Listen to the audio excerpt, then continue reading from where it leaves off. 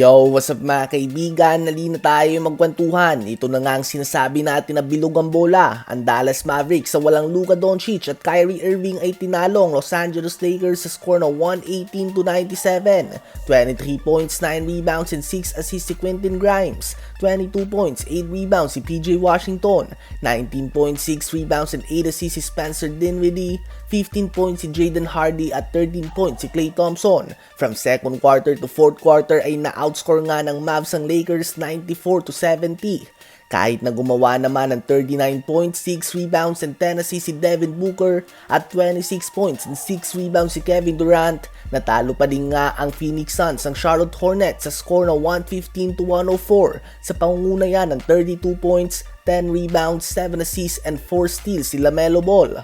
Inanunsyo naman ni Zion Williamson ang kanyang pagbabalik sa isang 360 windmill dunk laban sa Minnesota Timberwolves kung saan nagtala siya ng 22 points, 6 rebounds, 4 assists and 3 steals on 60% shooting sa field. 29 points, 6 assists and 6 steals din nga si DeJounte Murray. Subalit hindi nga ito naging sapat mga kaibigan upang makuha ang panalo sa score na 104-97. Nanguna dyan ng 32 points and 11 rebounds si Anthony Edwards on 7 of 11 shooting sa 3-point line. 16 points and 6 rebounds din si Julius Randle at 13 points and 12 rebounds si Naz Reid. Bukas naman mga kaibigan ay magiging kaabang-abang ang tapatan ng 2 best regular season teams sa NBA. Ang number 1 seed sa East na Cleveland Cavaliers na may record na 31 wins and 4 losses at ang number 1 seed sa West na OKC Thunder na may record na 30 wins and 5 losses. Ang Cavs ay may 10 sunod na panalo patungo sa game na ito, habang OKC naman ay may 15. Isang streak nga ang tiyak na mapuputol sa game na ito.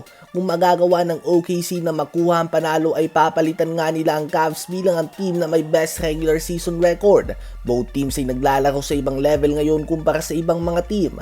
Ang Cavs ay hindi nga matapatan ng mga teams ang kanilang opensa. Talagang nagpapaulad nga sila palagi ng 3 points mga kaibigan.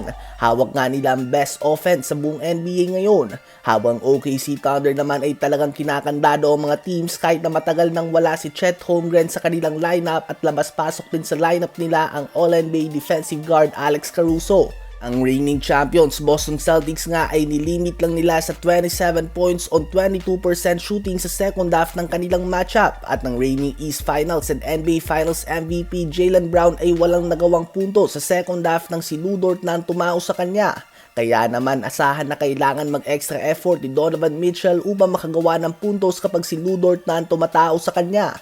So ang game na ito ay tapatan nga ng number 1 seed at magandang halimbawa ng offense versus defense. 8 AM Philippine time ang game bukas ng possible NBA Finals preview na ito. Sino ba sa palagay nyo magwawagi?